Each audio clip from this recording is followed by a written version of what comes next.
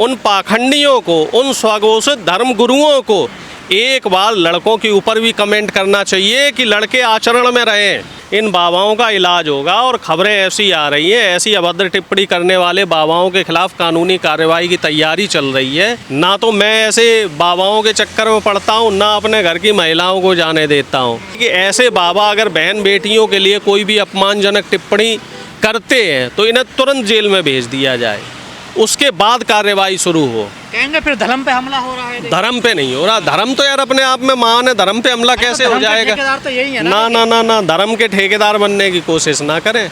ये जो ठेकेदारी प्रथा इस देश में चल रही है ना, इस ठेकेदारी प्रथा ने तो नुकसान कर दिया। कोई धर्म का ठेकेदार बन रहा, कोई हिंदुत्व का ठेकेदार बन रहा है, कोई राजनीति का ठेकेदार बन रहा है, कोई किसी चीज़ का ठेकेदार बन रहा है। इन ठेकेदारों ने देश का सत्यानाश कर दिया है। ये सब लोग पाखंडी हैं, ये सब लोग ढोंगी हैं, और हम सब कह सकते हैं ये सब लोग धर्म के लिए खतरा हैं। ये स्मृति ईरानी जी के लिए बोल के दिखा दें, ये लोग पर्सनली बोल के दिखा दें ना, वो ईरानी जी ठीक कर दें, शुद्ध कर दें इनको। आजकल तो वो सीरियल में आने लगी हैं, राजनीति छोड़ दी उन्होंने, अब वो सीरियलों में आने लग गई हैं। कंगना रनौत पे अटैक करके दिखा दे, कंगना रनौत 2 मिनट में इन्हें शुद्ध कर देगी। पहले ये दलितों को, शूद्रों को, पिछड़ों को निशाना बनाएंगे, फिर ये महिलाओं को निशाना बनाएंगे। इनके लिए दलित, शूद्र, पशु और महिलाएं बराबर हैं। और क्या कहते हैं, ये सब किसके अधिकारी हैं? ताड़ना के अधिकारी हैं। और इसीलिए तमाम जो बाबा हैं, अनुरुद्धाचार्य जी हों, चाहे प्रेमानंद महाराज जी हों, हालांकि वो हमेशा विवादों से दूर रहे हैं, लेकिन उनका इस तरह से विवादों में घिरना, विवादित बयान देना एक सवालिया निशान खड़ा कर रहा है कि हमारे देश में जो भी समाज सुधारक रहे हैं, जो भी धर्म गुरु रहे हैं, अब देखिए एक मौलवी साहब थे, वो डिम्पल यादव जी के लिए अभद्र टिप्पणी कर गए।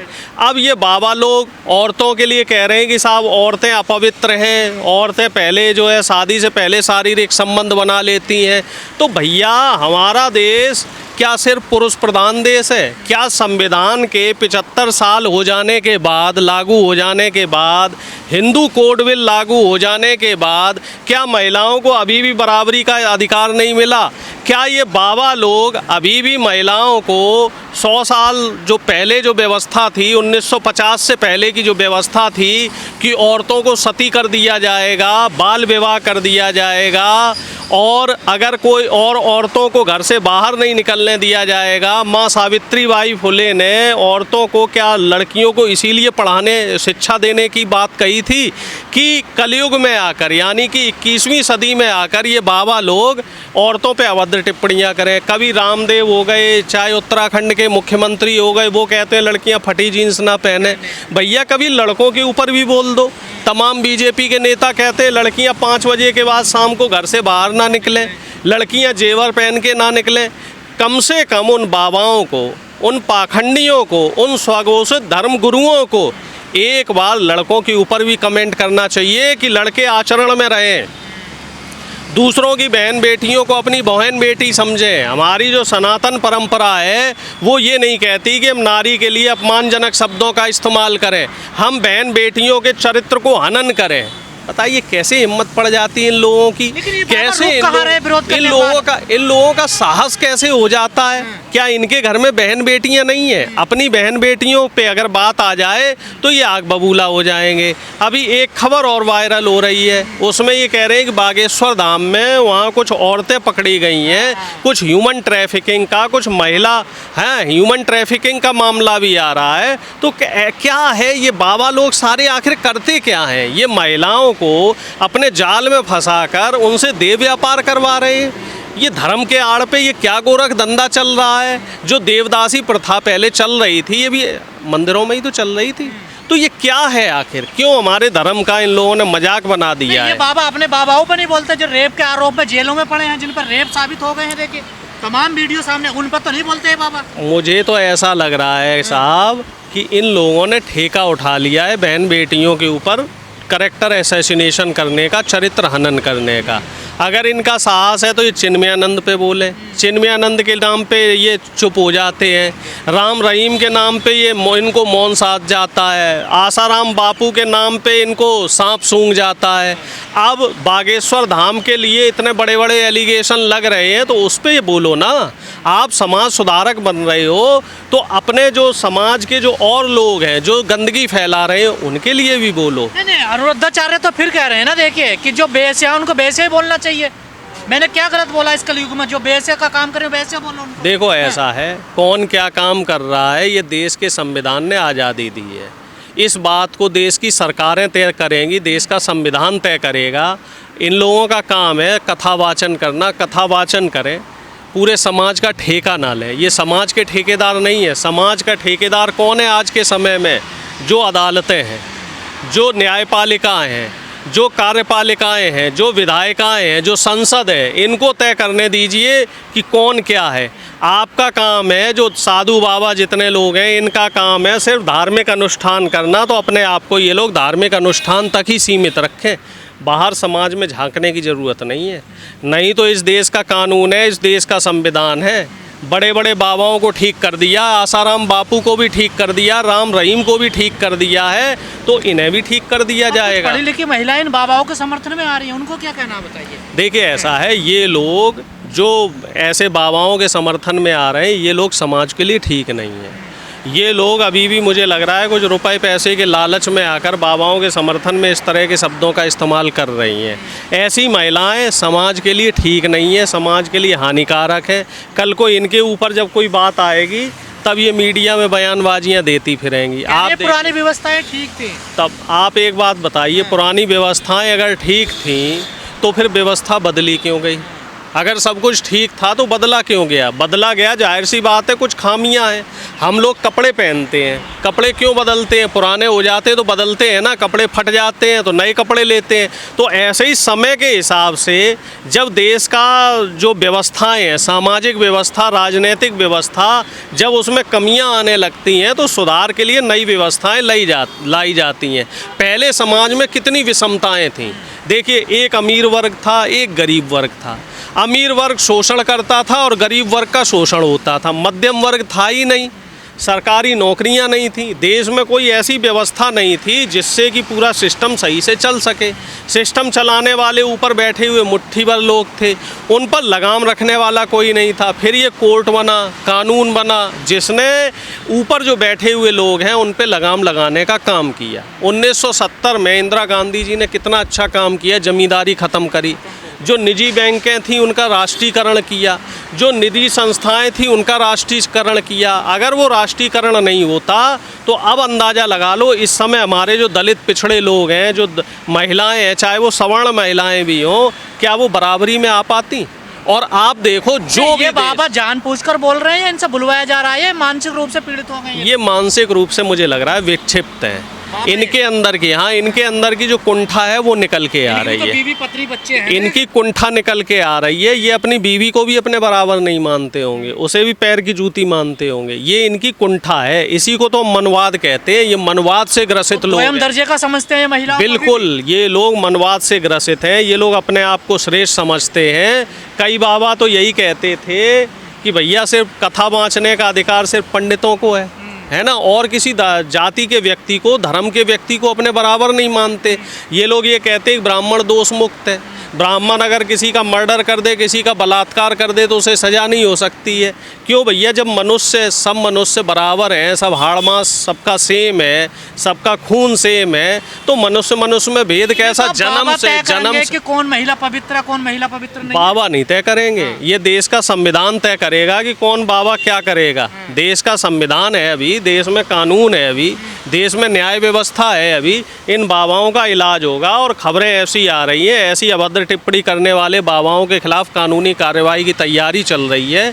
कई सामाजिक संगठनों ने ऐसे बाबाओं के खिलाफ FIR भी करी हैं। ये लोग दरअसल है क्या कि सस्ती लोकप्रियता पाने के लिए इस तरह के उलझलूल बयान दे देते हैं। देखिए समाज में, देखिए भले ही वर्चस्व हो, लेकिन क्या है कि इनको सस्ती लोकप्रियता चाहिए, तो इस वजह से ये लोग जानबूझ के ऐसे बयान दे देते हैं। महिला लोग जाते हैं इनकी कथा सुनने, बताइए। ये लोग मूर्ख हैं, महिलाओं के लिए। ये लोग मूर्ख हैं जो ऐसी कथा सुनने जाते हैं। ना तो मैं ऐसे बाबाओं के चक्कर में पड़ता हूँ, ना अपने घर की महिलाओं को जाने देता हूँ। मैं तो सीधा बोलता हूँ भाई, पढ़ाई लिखाई करो, देश का संविधान पढ़ो, और जब आपको समय मिले तो अपने भविष्य की चिंता करो, शिक्षा रोजगार की चिंता करो, क्योंकि इस देश की तरक्की शिक्षा रोजगार से ही होगी। 1960 और 70 के दशक में ईरान और इराक जैसे देश, जो तमाम जो मुस्लिम देश हैं, वो बड़े डेवलप्ड थे। फिर इन देशों के साथ क्या समस्या हुई, ये देश कट्टर हो गए, धर्म की आड़ में आ गए। इंडिया और पाकिस्तान एक साथ आज़ाद हुआ, लेकिन पाकिस्तान के साथ क्या हुआ, पाकिस्तान कट्टर धर्म की आड़ में आ गया और अब देखो पाकिस्तान की तरक्की रुक गई। ऐसे ही जो मुस्लिम देश हैं उनकी तरक्की रुक चुकी है। वहाँ पे आप माहौल देखिए, आदमी दाने दाने को मोहताज है। अब बांग्लादेश जब आज़ाद किया गया था, जब इंडिया ने आज़ाद किया था, उस समय बांग्लादेश एक सेकुलर कंट्री था और अब बांग्लादेश में कट्टरपंथ बढ़ता जा रहा है। तो देखो बांग्लादेश की भी अंदर भी गिरावट हो रही है। क्या आप बताओ, क्या अमेरिका में इस तरह से कट्टरपंथ है? क्या ब्रिटेन में इस तरह से कट्टरपंथ है? क्या जापान में कट्टरपंथ है? क्या रूस में कट्टरपंथ है? जो देश कट्टरता की तरफ जाएगा उस देश का विकास रुक जाएगा। और अगर हमारा देश कट्टरपंथ की तरफ जाएगा तो देश का संविधान कमज़ोर होगा। देश की जो आम जनता है, जो 90% जनता है, जो देश की महिलाएं हैं, गरीब हैं, दलित हैं, इनका विकास रुक जाएगा। इलाज क्या है इन बाबाओं का? इनका इलाज है, इनको जेल की सलाखों के पीछे होना चाहिए। इनके खिलाफ कड़ी से कड़ी कार्रवाई होनी चाहिए और कानून इनको सज़ा दे। और मैं तो ये कहता हूँ कि ऐसी सज़ा दे कि और इतिहास बना दे, एक रोड मैप ऐसा बनाया जाए कि ऐसे बाबा अगर बहन बेटियों के लिए कोई भी अपमानजनक टिप्पणी करते हैं तो इन्हें तुरंत जेल में भेज दिया जाए, उसके बाद कार्रवाई शुरू हो। कहेंगे फिर धर्म पे हमला हो रहा है। धर्म पे नहीं हो रहा, धर्म तो यार अपने आप में महान है, धर्म पे हमला कैसे हो जाएगा? ठेकेदार तो यही है ना ना ना ना, धर्म के ठेकेदार बनने की कोशिश ना करें। ये जो ठेकेदारी प्रथा इस देश में चल रही है ना, इस ठेकेदारी प्रथा ने तो नुकसान कर दिया। कोई धर्म का ठेकेदार बन रहा, कोई हिंदुत्व का ठेकेदार बन रहा है, कोई राजनीति का ठेकेदार बन रहा है, कोई किसी चीज़ का ठेकेदार बन रहा है। इन ठेकेदारों ने देश का सत्यानाश कर दिया है। साधु संत है ये। साधु संत की कभी भी ऐसी भाषा नहीं हो सकती। साधु तो बहुत ही पवित्र भाषा का इस्तेमाल करता है। और ब्रह्मचारी तो हमने देख लिए, राम रहीम भी ब्रह्मचारी थे, आसाराम बापू भी ब्रह्मचारी थे, और बागेश्वर धाम का भी हमने ब्रह्मचर्य देख लिया। ये सब लोग पाखंडी हैं, ये सब लोग ढोंगी हैं, और हम सब कह सकते हैं ये सब लोग धर्म के लिए खतरा हैं। ऐसे लोगों को हमारे धर्म से दूर कर देना चाहिए। हिंदू धर्म को खतरा है ऐसे लोगों से? ऐसे लोगों से सनातन को खतरा है, हमारे धर्म को खतरा है, हमारे गरीब दलित और शोषित वंचित समाज को खतरा देश है। को भी खतरा है इनसे। देश को, जाहिर सी बात है, हम लोगों से ही तो देश बना है। जब हम लोग सुरक्षित नहीं रहेंगे तो देश कैसे सुरक्षित रहेगा? तो देश की बेहतरी के लिए ऐसे बाबाओं को, करती है ना, बेटी बचाओ बेटी पढ़ाओ। देखिए सरकार को भी इन तरफ ध्यान देना चाहिए। ज़्यादा बाबाओं को खुला नहीं छोड़ना चाहिए सरकार को, क्योंकि बाबा जो ये खुला लाइसेंस दे दिया है इन बाबाओं को, तो इसी वजह से इन बाबाओं की बदजुबानी ज़्यादा हो रही है। तो सरकार का इस समय रोल, अहम भूमिका है। कोई भी सरकार हो, देखिए जो बुनियादी चीज़ें हैं उन पे ध्यान दे। संविधान चल रहा है देश में, और बहन बेटियों के खिलाफ, दलितों पिछड़ों के खिलाफ अगर इस तरह की कोई अभद्र टिप्पणी करता है तो उसके खिलाफ कानूनी कार्रवाई होनी चाहिए। के खिलाफ है बाबा, देखिए आधी आबादी है ना महिलाओं की देश। ये मैं कह रहा हूँ आधी आबादी नहीं है, देश की 90% आबादी के खिलाफ है। ये महिलाओं के खिलाफ है, ये दलितों के खिलाफ है, ये पिछड़ों के खिलाफ है, ये हर गरीब के खिलाफ है। ये सिर्फ जो चंद मुट्ठी भर सत्ता में बैठे हुए लोग हैं उनकी तवलमंजनी करते हैं। कभी किसी अमीर आदमी के खिलाफ कार्रवाई करके देख ले, कोई फिल्मी अभिनेता अभिनेत्री हैं उन पे कटाक्ष करके देख लें, कोई बड़े नेता के ऊपर कटाक्ष करके देख लें, मोदी जी के ऊपर बोल के देखें ना, मोदी जी हो गए, योगी जी हो गए, अमित शाह जी हो गए, अनुराग ठाकुर हो गए, इनके ऊपर ये बाबा कमेंट करके देखें तो इनको छठी का दूध याद दिला दिया जाएगा। तो जो महिलाएं हैं फिल्म स्टार, उनके लिए भी तो बोल रहे हैं ना इस तरीके से। देखिए पार्टियों में महिलाएं सबके लिए बोल रहे हैं, सबके लिए बोल नहीं, पार्टी पर्टिकुलर मैं कह रहा हूँ। अभी तो इन्होंने एक आम महिलाओं के लिए कह दिया। ये स्मृति ईरानी जी के लिए बोल के दिखा दें, ये लोग पर्सनली बोल के दिखा दें ना, वो ईरानी जी ठीक कर दें, शुद्ध कर दें इनको। आजकल तो वो सीरियल में आने लगी हैं, राजनीति छोड़ दी उन्होंने, अब वो सीरियलों में आने लग गई हैं। कंगना रनौत पे अटैक करके दिखा दें, कंगना रनौत 2 मिनट में इन्हें शुद्ध कर देगी। ये लोग सोच समझ के जो कमज़ोर लोग हैं उनको टारगेट करते हैं, क्योंकि कमज़ोर की आवाज़ कौन है यहाँ पे? सरकार सुन नहीं रही है। अब कानूनी व्यवस्था हमारी इतनी ढीली है कि केस चलते चलते 10 साल 20 साल लग जाते हैं, और उसी चीज़ का ये लोग फ़ायदा उठा रहे हैं।